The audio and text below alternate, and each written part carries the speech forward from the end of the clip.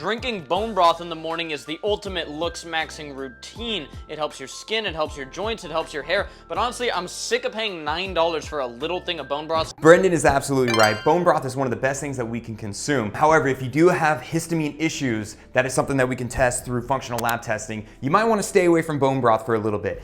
And I know that might seem counterintuitive because bone broth is so good for your gut, but it does have a lot of histamine in it. However, going back to what he was talking about, the way that he does bone broth, I've actually taught one of my clients who has half of her colon missing. She has a gallbladder removed. It's really hard for her to find food that she can actually digest. So I taught her how to make bone broth the way that my wife and I do it. And we actually do it in a pressure cooker. So it does taste a little bit better if you do it more on the slow simmer. We've done a 24-hour simmer, and let me tell you, it is so gelatinous. Here is my bone broth that we just have ready to go.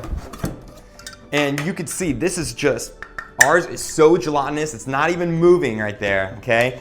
And we have this thing so dense. We put, probably about, we actually go to a local place here where we get grass-fed bones, and then we pop that in the pressure cooker. We actually don't put any seasonings in ours, so we can use it as a base for anything. We'll make bone broth cacao, where you actually will heat up the bone broth again. You'll put cacao, a little bit of maple syrup. You could put any milk in there, maybe some coconut cream or anything like that if you're going paleo, and you have this amazing bone broth cacao. I've seen this trend of people talking about how disgusting it is. It's because you got to make your own bone broth. You got to start from the very base of it. My wife and I make bone broth periodically. We do it all the time. It's super easy. We save so much money, and you just feel good after you drink it as well. Especially during winter time, it just feels so good to have a soup.